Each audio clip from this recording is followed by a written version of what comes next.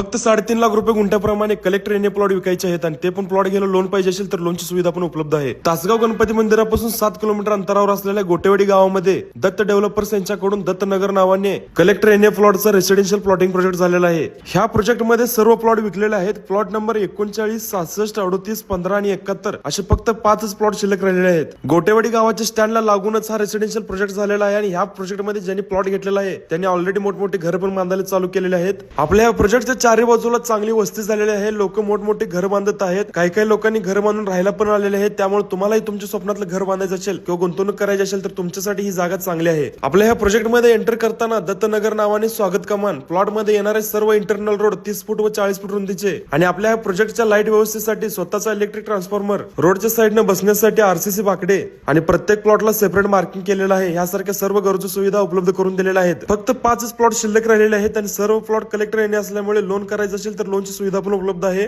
अधिक काही माहिती पाहिजे असेल तर खाली मालकांचा डायरेक्ट नंबर दिला आहे, त्यांना कॉल करून अधिक माहिती जाणून घेऊ शकता।